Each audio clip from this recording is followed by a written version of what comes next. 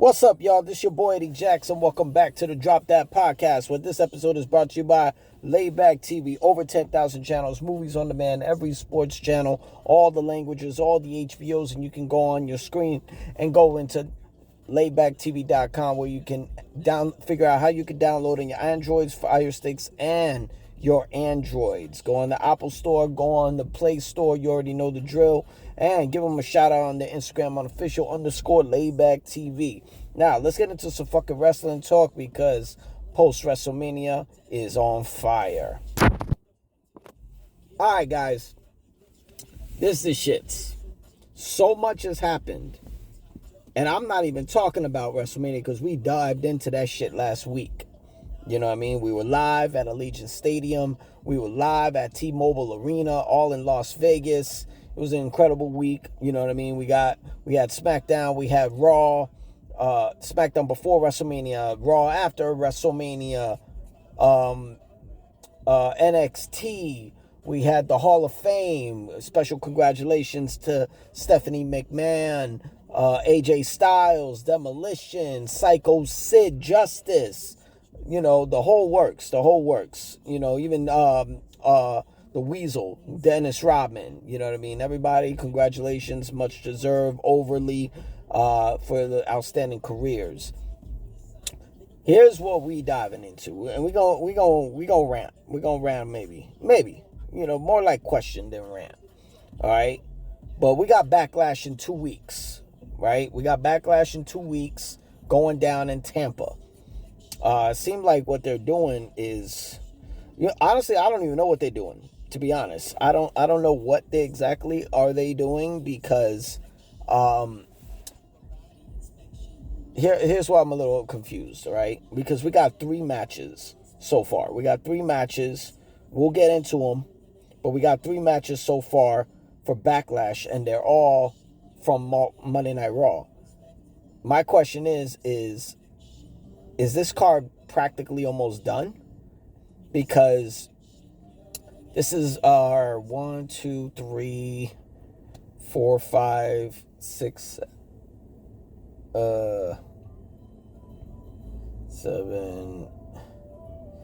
This is basically our 7th or 8th PLE since the new ESPN Unlimited deal, right? It's number 7 if you're going by titles. It's number 8 if you're going by how many PLEs in general are on days, because, you know, WrestleMania was 2 days. But almost every PLE that's been on ESPN since the debut at WrestlePalooza, it's been less matches, right? It's been 4. It's been no more than 4, but well, no, actually that's bullshit. It's been no less than 4, because WrestleMania first night was 7, and then night 2 was 6. I'm a little confused how they doing it.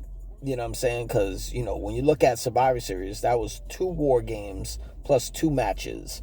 And then the Royal Rumble is 2 Royal Rumbles plus 2 matches. I'm a little confused of what they're going to do, because if we're going with Backlash, if we're going at 4 matches, we're almost pretty much done.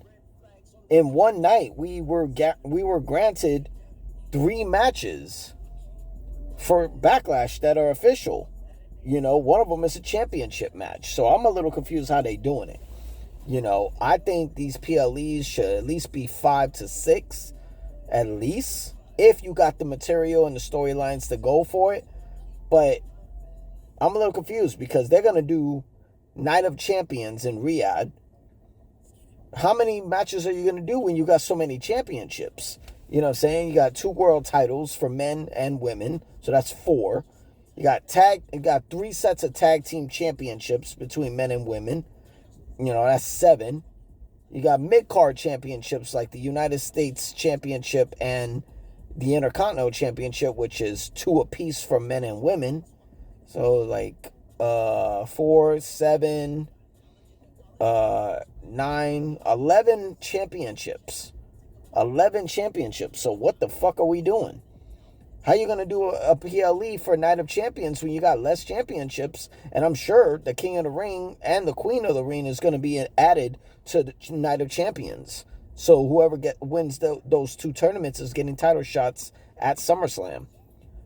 I don't know. It's a little confusing. But so far, we got Tiffany Stratton. Congratulations. She defeated Julia for the United States Championship. So shout out to Tiffany Stratton. I wonder what they're going to do with that. I want to know what they're going to do with that. Because that right there, now that you pass the title over to Tiffany, what do you do now? You know, ever since Chelsea Green, that women's U.S. championship has not really gained any star power. You know, respect to all the women that won it, like Zelina Vega, like Julia. Has anybody else won it? No. Actually, no. Chelsea Green has won it twice. Julia has won it twice. Zelina once. Tiffany once. Yeah, I mean, so far, the Women's U.S. Championship has not been prestigious as the Women's Intercontinental Championship. So we got to pick up somewhere. Sami Zayn is officially a heel. Apparently, he's attacking Trick Williams. Oh, that's a little conflicting. It doesn't have the same star power as Bret Hart and Stone Cold Steve Austin doing the switch from babyface to heel and heel to babyface. So, I don't know what you do with that. We got officially the Opa Femi Open Challenge. All right, just like we had the Brock Lesnar Open Challenge, we got the Opa Femi. Every week, we got an Opa Femi opportunity to actually, you know, I don't know who the fuck could actually step up to Opa Femi on Raw. I mean, you could have Gunther. Braun Breaker is a little tied up, but I don't know what you do with that. I know it sounds like we're diving in a lot, but we're mixing Raw and SmackDown on what actually interests me. We had the debut of Joe Hendry. Joe Hendry is on Raw. Not gonna lie, I think Joe Hendry would have been a better fit on SmackDown. Just saying. But I guess you can see what they can do because they got into it with the Visions, Logan Paul, and Austin Theory. So let's see what they do with that. Fatal Influence debuted on SmackDown. That's JC James' crew. They moved up from NXT to SmackDown. They actually moved the needle a lot more than anybody who debuted from NXT. So shout out to them. They got into it with tag teams like Charlotte Flair and Alexa Bliss, Paige and Brie Bella, the women's tag champs, even women's champion Rhea Ripley. That's going to be interesting. I don't know. It kind of seems like we're going to get Fatal Influence versus Rhea Ripley and Paige and Brie Bella. That seems like a little bit of a desperate move. I don't know. It just doesn't seem... it sounds like a mismatch with Brie Bella on it. You know, because it looks like Backlash is going to be Raw-related, and we might be getting either the Clash in Italy or Saturday night's main event going to be SmackDown-related. If I had to bet on it, it would probably be Clash in either... if I have to put my money on it... Probably Saturday night's main event. Probably. I think it'll be a mixture with Clash in Italy. What else we got? We got Ricky Saints next week. He's moving up from NXT to SmackDown. Now that's a good look. That's a good friend of undisputed WWE champion Cody Rhodes. I think before we get a heel turn with Cody in the near future, we need to see if we can build this Nightmare family. That would make a hell of a lot more sense. So shout out Ricky Saints on moving up to the main roster. I want to see what he can do on SmackDown. Definitely, that'd be interesting between him and Trick Williams. You know, he did his good. Ricky Saints did a great job being North American champion, being NXT champion. Yeah, I want to see what he can do at SmackDown. We had a Seth Rollins and Braun Breaker promo where they just taking jabs at each other, and it was actually pretty good. I actually like this for Braun. He's definitely a needle mover. as far as his promos, he's a fucking beast in the ring. Great agility, great speed, great strength. He's the package deal inside the ring, and his promos are actually getting better and better. So shout out to Braun Breaker, being the best in the world at being number 2. That was actually a good jab. But he's gonna have a good dance partner in Seth Rollins, because you're not even number 2 in your own family. Okay.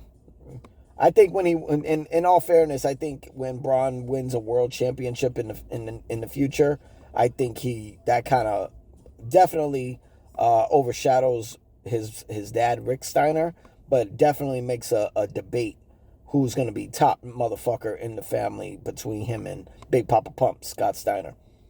And lastly, about on the shows, Roman Reigns and Jacob Fatu give a promo. It was actually interesting, but I was a little confused at the end because Jacob Fatu has kind of been a babyface in a way, with his feuds with Drew McIntyre and Solo Sikoa. But he did his dad's mandible claw. If y'all know, he's also Haku, but he was Meng in WCW. He had the mandible claw where he grabs the fucking under your chin and choke you out. He did that shit to Roman Reigns. That's dope. But does that mean we're getting a heel turn again with a heel turn for Jacob Fatu? He's going to be a heel again against Roman Reigns. I want to see a good match, but I feel like it kind of puts their star power down a little if either one of them loses. I think we should have like a double disqualification maybe. We don't need a real winner. We just need a good match.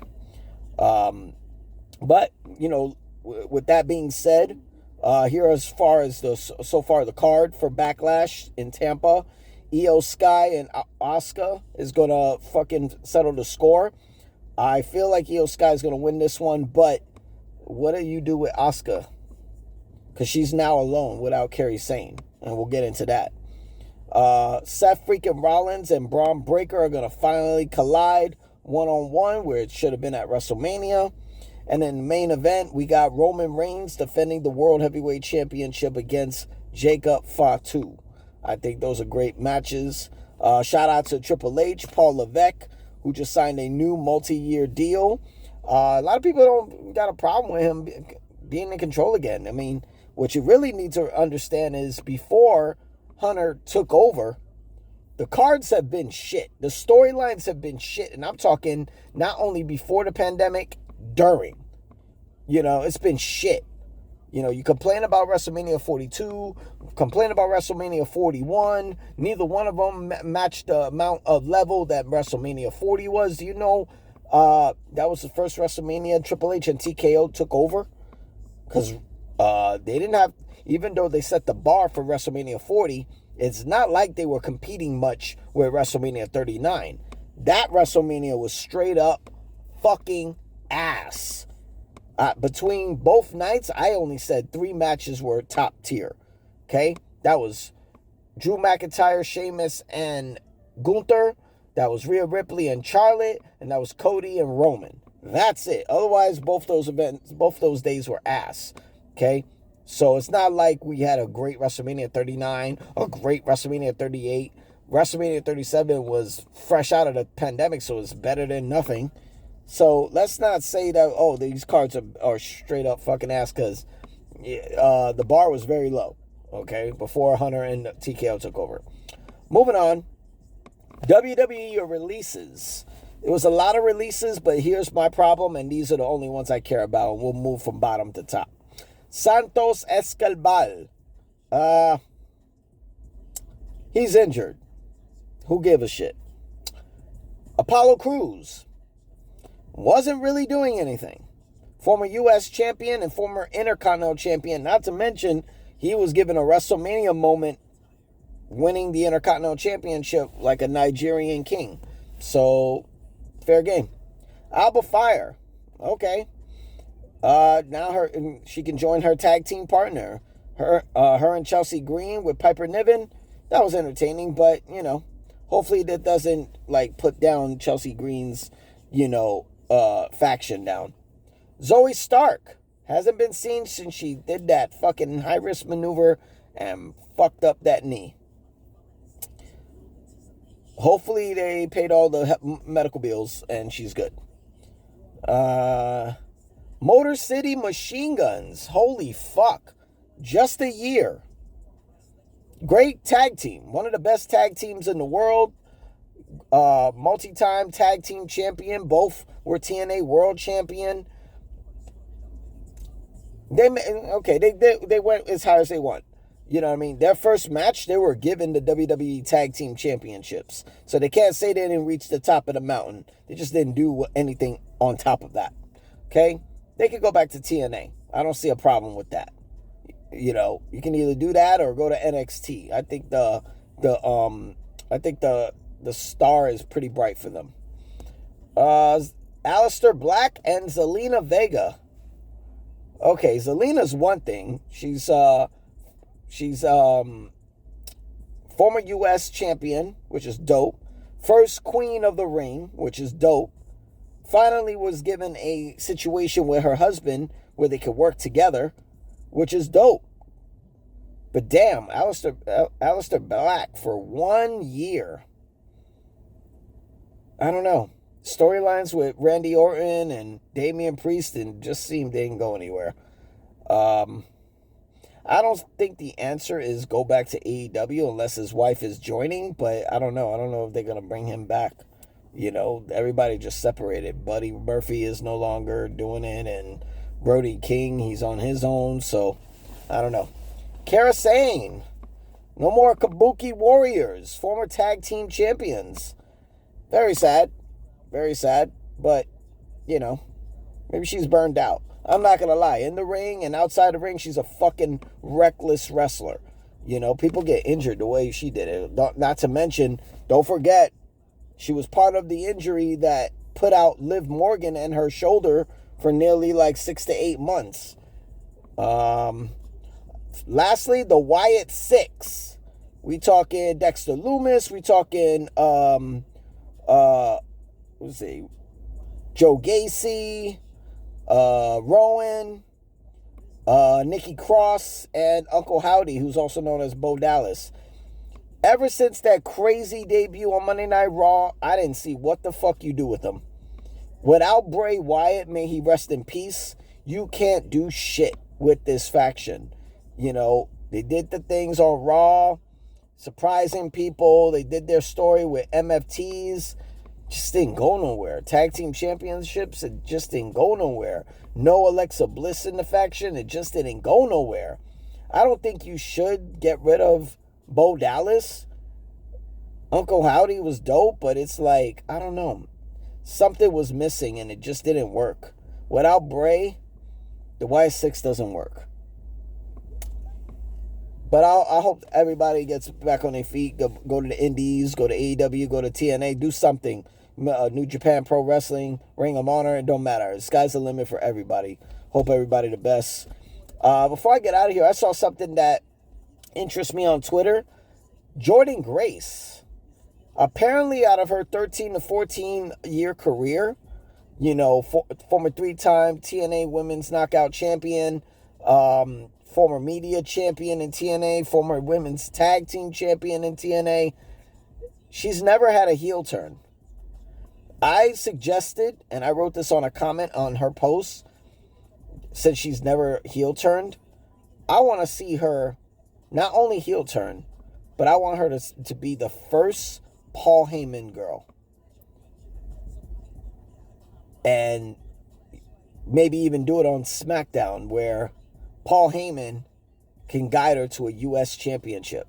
More promo lessons to get in the ring and jump on the microphone. This beautiful muscle-bound woman is, you know, who's nice, is just not working. We need a tough bitch. And I think Jordynne Grace does fit the profile in it, and it will be ever.